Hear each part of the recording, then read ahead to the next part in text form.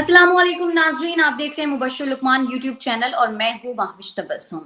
नाज़रीन, पाकिस्तान तहरीक-ए-इंसाफ की हुकूमत जब इक़्तिदार में आई तो करप्शन को ख़त्म करने का एजेंडा लेकर इक़्तिदार में आई और उसके बाद हमने देखा भी कि जब तक पाकिस्तान तहरीक-ए-इंसाफ की हुकूमत रही तो अपोजिशन के खिलाफ नैब के बहुत सारे करप्शन के केसेस बनते रहे, करप्शन के बहुत सारे केसेस सामने आते रहे। लेकिन अब जो हुआ है उससे ऐसा लग रहा है कि पाकिस्तान तहरीक-ए-इंसाफ के अपने ही बहुत सारे लोग करप्शन में मुलव्विस थे। इससे पहले भी बहुत सारी एग्जाम्पल्स हमारे सामने आई थी, लेकिन अब जो बात सामने आई है वो साबिक वज़ीर आला पंजाब उस्मान बुज़दार के हवाले से है, क्योंकि साबिक वज़ीर आला पंजाब उस्मान बुज़दार और उनके 2 भाइयों के खिलाफ करप्शन के हवाले से मुकदमा दर्ज कर लिया गया है एंटी करप्शन पंजाब की जानिब से, और उन पर ये इल्जाम है कि जालसाजी से उन्होंने सरकारी जमीन हथियाई है, अपने नाम करवाई है। मुबश्शिर लुकमान साहब, साबिक वज़ीर आला पंजाब उस्मान बुज़दार बड़े चहीते थे इमरान खान साहब के, तो जब वो इक़्तिदार में थे तो उस वक़्त क्या खान साहब को कभी लगा नहीं होगा कि ये भी करप्शन में मुलव्विस हो सकते हैं, क्योंकि अब उनके खिलाफ केसेस बनाए गए हैं? देखिए महविश, पहले तो अस्सलाम वालेकुम और तमाम व्यूअर्स को अस्सलाम वालेकुम। मैं आपको बताऊं कि ये उस्मान बुज़दार वो शख्स है जिसकी वजह से मेरे और इमरान खान के ताल्लुकात में ख़राबी पैदा हुई और शुरू ही वहाँ से हुई, क्योंकि मैंने ख़ुद उस इमरान खान को बहुत सी इनकी करप्शन के मुतालिक बताया, जिसमें ये जो पर्टिकुलर करप्शन जिसकी आप बात करिए 900 कनाल ज़मीन के ऊपर इसको अपना हथियाने के लिए, ये तो 2 भाई हैं, लेकिन असल करप्शन इन्होंने की अपने फूफा के साथ, और एक इनके कज़न थे, उनको साउथ पंजाब में इन्होंने रखा हुआ था सामने, और वो पुलिस में, और ये जो भर्तियाँ पुलिस में ट्रांसफ़रें वगैरह होती थी, और यानी मुझे इमरान खान को मैंने 3 दफ़ा कहा कि उसने मुझे कहा कि यार तुम झूठ बोल रहे हो, का एविडेंस दो। मैंने कहा जनाब अली, आप प्राइम मिनिस्टर हैं, आपको मैं क्या एविडेंस दूंगा, सारी एजेंसियां तो आपके नीचे हैं। फिर एक दिन उन्होंने मुझे बुलाया, उन्होंने कहा कि मैंने आईबी के थ्रू इंक्वायरी कराई है, तो ये बिल्कुल क्लीन है, तुम झूठ बोल रहे हो। तो मैंने कहा बात यह है कि आईबी आप ज़रा देखें कि आपके घर में किस किस को रिपोर्ट कर रही है, तो वो रिपोर्ट वही देंगे कि जो वो आपको देनी चाहिए। मैं आपको वो बता रहा हूँ, मेरा कोई इंटरेस्ट नहीं है, मैं कोई सीएम नहीं बनना, मैंने कोई वज़ीर आला नहीं बनना उनकी जगह पे जाके, but this is what he is doing. यहाँ तक मैंने उनको बताया, मैंने कहा ये 25-25 हज़ार रुपये की रिश्वत ले रहा है। तो मुझे इमरान खान ने कहा ये क्या बकवास है। मैंने कहा बकवास नहीं, कसम से इमरान, मैंने कहा कि इसका करप्शन में भी विजन नहीं है इस आदमी का, तो उस्मान बुज़दार का। तो ये कोई अनोखी बात नहीं है महविश तबस्सुम साहिबा, ये आप देखेंगे अभी बहुत केसेस आएंगे सामने। ये फराग होगी, जमील गुज्जर, उस्मान बुज़दार, इसके 2 भाई, इसके फुप्पा, इसके कज़न, ये सारे आपको मिलेंगे। अभी तो पार्टी शुरू हुई है, आगे आगे देखिए क्या होता है। सही। अच्छा, खान साहब ने कल ज़ाहिर है खिताब किया अपने कारकुनान से और उन्होंने कहा कि 10 जुलाई से पहले मैं कॉल दे सकता हूँ धरने की या जलसे की। तो 10 जुलाई तो बहुत गर्मी का मौसम होगा। आपको लगता है इतनी गर्मी में ये कॉल कामयाब होगी या खान साहब सिर्फ धमकियाँ ही अब दे रहे हैं? नहीं, अब आप देखें, अब आप बतदरीज देखें तो लोग कम होना शुरू हो गए हैं, और लोग उनके जलसों में भी और एहतजाज में भी कम होना शुरू हो गए, और कम शहरों में। सर, कल तो काफी दुनिया थी वैसे रोड्स पे। काफ़ी दुनिया आपको रोड्स पे थी, लेकिन काफ़ी दुनिया उस एहतजाज में नहीं थी। उसकी वजह है कि अगर आप लाहौर शहर में 100 गाड़ियाँ लेके आते हैं और आप लिबर्टी के ऊपर खड़े हो जाते हैं, तो हज़ारों गाड़ियाँ ब्लॉक हो जाएंगी, और आप सबको लगेगा कि वो सारे जो है ना वो उस जुलूस का हिस्सा हैं या एहतजाज का हिस्सा हैं, जबकि वो नहीं है। सो एहतजाज करना और बात है, लॉन्ग मार्च करना और बात है। ये 10 जुलाई की लॉन्ग मार्च की डेट जो है ना, ये दोबारा आगे जाएगी। अभी आप देखें, अब लॉन्ग मार्च नहीं होगी इमरान खान से। उसकी वजह यह है कि लोगों को उन्होंने कहा आप तैयारी करें। लोगों ने क्या तैयारी करनी, पार्टी को तैयारी करनी है। पार्टी तो बिल्कुल कहीं एग्जिस्ट ही नहीं कर रही। ना हमें पता चल रहा है कि पार्टी अपनी कोई हल्का बंदियाँ कर रही है, ना अपना वो कोई मेंबरशिप ड्राइव कर रही है, ना वो कोई लॉन्ग मार्च के हवाले से तैयारियां कर रही है, ना लोगों को ब्रीफ किया जा रहा है कहाँ से चलना है, कहाँ पे जाना है, रास्ते में क्या इंतज़ाम होगा, ठहरने का क्या इंतज़ाम होगा, खाने का क्या होगा, टॉयलेट्स का क्या होगा ख़वातीन के लिए। तो ऐसी कोई चीज़ नहीं है। तो ये लॉन्ग मार्च बस दूर के डोल सुहाने हैं महविश। लेकिन सर, एक और भी चीज़ है ना कि पहले पाकिस्तान तहरीक-ए-इंसाफ की हुकूमत थी इक़्तिदार में और ऑपोज़िशन की तमाम पार्टीज़ महँगाई के खिलाफ एहतजाज कर रही थी। अब बस जगह तब्दील हुई है। अब जो इक़्तिदार में थे वो अब ऑपोज़िशन में रह के हुकूमत के खिलाफ, महँगाई के खिलाफ एहतजाज कर रहे हैं। महँगाई तो अपनी जगह जूं की त्यों बरकरार है। और देखें ना जी, बात यह है कि महंगाई तो एक दिन में तो नहीं उतरेगी ना, और जो 3.5 साल 3.25 साल इमरान खान साहब की हुकूमत करके गई थी, आप अपने दिल पर हाथ रख के मुझे बताएं, महंगाई इन्होंने शुरू की थी कि अब शुरू हुई है? अब तो उसमें इजाफा हुआ है, लेकिन असल तो कमर इन्होंने तोड़ी थी। और अब इनके लिए बड़ी आसान है इनके लिए अपोजिशन में आके कहना कि जी इस हुकूमत ने ये कर दिया। मैं तो इस हुकूमत को कहता हूँ कि इनके किए हुए कॉन्ट्रैक्ट्स लोगों के आके आम करें, कि इनको बताएं कि ये इन्होंने साइन किया था और हमें उसको ऑनर करना पड़ रहा है, क्योंकि हुकूमतों के कॉन्ट्रैक्ट साइन किए हुए जो होते हैं वो आप उनको डिसऑनर नहीं कर सकते कि पिछली हुकूमत थी या हमारा उनसे इख्तलाफ था, क्योंकि internationally that is not how things work. और खान साहब की अपनी जो मुआशी टीम थी वो तो 4 दफ़ा फेल हुई, 3 तो आपने फाइनेंस मिनिस्टर बदले, और खुद उसमें शौकत तरीन ने जब आए थे तो उन्होंने कहा था, आप उनके क्लिप्स उठा के देख लें, कि जी ये तो इकॉनमी फज्ड है। फज का मतलब है जाली नंबर्स उसमें लिखे हुए हैं। तो लेकिन लोगों सर इकोनॉमी जो है वो सिर्फ 3.5-4 साल में तो नहीं खराब हुई ना, जो भी बेड़ा गर्क हुआ वो तो पिछले इतने सालों से भी तो हो रहा था। ये तो पहली बार इक़्तिदार में आए थे। नहीं महाविश, बहुत ज़्यादा फर्क पड़ा है। 3.5-4 साल में नोज डाइव हुई है, नोज डाइव। और जो करप्शन थी वो बेइंतहा अरूज को पहुंच गई। देखिए, 2 चीज़ों की वजह से लोगों ने इमरान खान को सपोर्ट किया। एक ये था कि करप्शन के खिलाफ वो एक्शन लेंगे, तो एक भी पर्चा नहीं हुआ 4.25 साल में, एक भी पर्चा नहीं हुआ किसी करप्ट आदमी के खिलाफ, और एक भी जिसके ऊपर पहले के हुए थे वो अपना जो है उसको सजा नहीं हुई। और दूसरा था गुड गवर्नेंस, और गुड गवर्नेंस का ये हाल था कि लाहौर में अगर 14 मंडियां हैं तो 14 की 14 मंडियों में टमाटर का रेट एक नहीं, तो और वो फर्क है। तो आप देखें कि ये चीज़ें थी। आपकी मार्केट कमेटीज गैर, कुछ महंगाई तो थी जो इंटरनेशनल रीजंस की वजह से थी, जैसे तेल ले ले या बिजली ले ले, लेकिन आपकी सब्जियों की कीमत अगर एक नहीं होती, गोश्त की कीमत अगर पूरे शहर में एक नहीं होती, तो वो तो गवर्नेंस से ताल्लुक है ना, उसका तो इंटरनेशनल उससे कोई ताल्लुक नहीं है। तो अब इमरान खान साहब चाह रहे हैं कि वो छुप जाए, छुपा लें अपनी कारकर्दगी को, तो वो तो नहीं होएगा, तो याद रहेगा लोगों को। सही।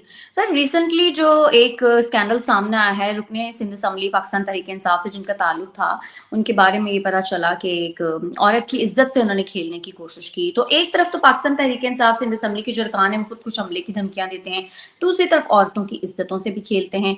ये क्या मामला है? देखें, ये बड़े पुरानी चीज़ है, और इमरान खान के टाइम पे मैं तो उनसे, मेरी क्योंकि खुद बातें हुई हुई हैं तो मैं आपको वो कोट कर रहा हूँ। मैं उनको कहता था कि जब तक आप चाइल्ड मोलेस्टर्स और रेपिस्ट को कड़ी से कड़ी सज़ा नहीं देते, और उसको फांसी की सज़ा नहीं देते, और उसको दरख्त से नहीं टांगते उसकी लाश को, जैसे नूर मुकद्दम का आप केस ले लें। नूर मुकद्दम का जो केस है उसमें अगर आप उस दरिंदे को दरख्तों से नहीं टांगते कि गिद्ध उसके अपना बोटियाँ नोचें, तो ये कोई सबक नहीं है लोगों के लिए, जितनी बेदर्दी से वैश्याना तरीके से उसने अपना कदम उठाया जो कि उठाया। और आपको ही पता है, मुझे ही पता है, और सबको पता है। तो अब बात यह है कि ये तो बड़े टॉलरेंट, बल्कि इमरान खान ने तो ये कह दिया भाई खवातीन ड्रेसअप ऐसा होती हैं, तो देखें मर्द तो मर्द है। तो अब ये बातें कितनी लूज स्टॉक में आती थी। तो अब बहरहाल ये हो गया, और ये हुआ भी क्लिफ्टन के इलाके में है, तो वहाँ पे हुआ ही ये। तो अब इसकी जब तहकीकात होंगी तो पता चलेगा। अच्छा, वैसे कुछ और भी बात है, मैं आपको एक और बात बताऊँ, to be fair to the parliamentarian, कि हमारे हमने देखा है कि जो मी टू की कैंपेन है ना, ये मर्दों को या कोई ख़ास मर्दों को बदनाम करने के लिए भी इस्तेमाल हुई है। जैसे हमने देखा अली ज़फ़र के ऊपर झूठे इल्ज़ामात लगे, हमारे बड़े मायानाज सिंगर हैं, एक्टर हैं, और लोगों पे भी लगे। इवन इंटरनेशनली हमने देखा कि कुछ इल्ज़ामात झूठे लगे लोगों के ऊपर, बाद में साबित हो गया। तो इस तरह के इल्ज़ामात की तहकीकात भी ज़रूरी है, और इम्पार्शल तहकीकात वो भी बहुत ज़रूरी है। सही। अच्छा, अब मुबश्शिर लुकमान साहब थोड़ा इंटरनेशनल लेवल के ऊपर बात कर लेते हैं। कुछ उस तरह की भी खबरें हैं कि पाकिस्तान में डॉलर 210 रुपए का हो गया है, और अगर यूक्रेन जंग बंद ना हुई तो अक़वाम मुत्तहिदा की जानिब से कहा गया है कि दुनिया कहत से जहन्नुम बन जाएगी। और दूसरी तरफ हम देख रहे हैं कि चीन ताइवान से भी छेड़छाड़ करने जा रहा है। तो इन सब चीज़ों को आप किस तरह देखते हैं? देखिए, बात यह है कि डॉलर की बढ़ने की तो कई वजूहत हैं। मेन वजह यह है कि आपकी एक्सपोर्ट्स जो हैं वो 30 बिलियन डॉलर की हैं, और आपकी इंपोर्ट्स जो हैं वो 72 बिलियन डॉलर की हैं, तो वो तो ऑब्वियसली एक मिसमैच होना है। लेकिन एक मैं आपको अनकन्फर्म्ड रिपोर्ट बता रहा हूँ, ये अभी कन्फर्म नहीं है। मुझे ये पता चला है कि हमारे जो लोकल बैंक्स हैं उनका इसमें बहुत बड़ा हाथ है डॉलर को ऊपर करवाने में, और ये गवर्नमेंट से कंट्रोल इसलिए नहीं हो रहा है क्योंकि स्टेट बैंक आपका इंडिपेंडेंट हो गया, गवर्नमेंट का उसके ऊपर कोई काबू नहीं है। फिर आप मुझे कहेंगी कि आप वन साइडेड हो गए, लेकिन तहरीक इंसाफ की हुकूमत ने स्टेट बैंक को वर्ल्ड बैंक के अंडर कर दिया था और पाकिस्तान की गवर्नमेंट को वो जवाब देनी है ना उनका गवर्नर। तो उस वजह से हो क्या रहा है कि ये बैंक्स जो हैं ये प्रॉफिट्स बना रहे हैं। अब मैं गया हूँ डॉलर लेने, मैंने कहा जी मुझे $10,000 चाहिए, तो इंटर बैंक रेट तो 205 का कहते हैं जी मिल ही नहीं रहा, कर लें जो करना है, कोई बेच ही नहीं रहा, कोई बैंक ही नहीं बेच रहा। अब फिर मुझे बाद में फ़ोन आएगा कि जनाब वो बैंकर का कि सर वो एक बंदा है, डीलर है, उसके पास दो है डॉलर, लेकिन कहता है 207 से कम का नहीं मैंने देना, तो मुझे तो अपने बच्चे की फ़ीस के लिए भेजना है। मैं कहूँगा अच्छा दे दो यार, 207 का ही दे दो। अब इसी तरह दूसरा जब फ़ोन करेगा तो कहेगा जी 208 का मिल रहा है। तो एक एक दिन में तो डॉलर नहीं बढ़ सकता ना, कई बारी जो बढ़ा हमारे मुल्क में कि 2 दिन में भी बढ़ रहा है, फिर एक दिन में 3 बारी भी बढ़ चुका है। तो ये तो उसी वक्त हो सकता है कि अगर बैंक्स वगैरह इंटरनल मैनिपुलेशन कर रहे हैं, तो इसको गवर्नमेंट को देखना है, इंडिविजुअली आके देखना है। इसमें स्टेट बैंक जो है वो क्योंकि एक आपका स्टम्बलिंग ब्लॉक है, तो हमें एक प्रॉब्लम हो रही है। जहाँ तक ताइवान का रह गया इशू जी, ताइवान में तो बहुत सीरियस इश्यूज हो रहे हैं क्योंकि ताइवान, ये साउथ चाइना सी जो है ना, ये ट्रेड रूट है चाइना के लिए। 80 to 85% उसकी जो इम्पोर्ट है वो इधर से हो रही है और एक्सपोर्ट भी हो रही है। तो अमेरिका अगर उस एरिया को बॉटल नेक करता है तो चाइना की जो इकोनॉमिक ओवरड्राइव है वो सडनली कंट्रोल होती है और वो होने नहीं देगा।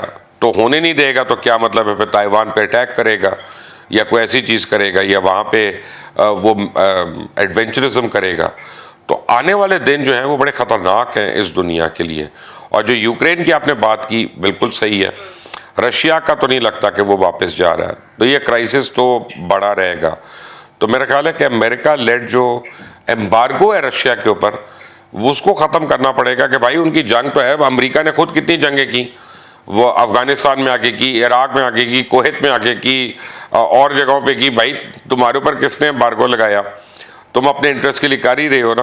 तो तुम तो उनके जो सोवियत यूनियन का एक मुल्क था, तुम उसके ऊपर तुम उसको नेटो एलाई बना रहे थे, तुमने अपने वायलेशन की है, उसके ऊपर रशिया ने रिएक्ट किया है।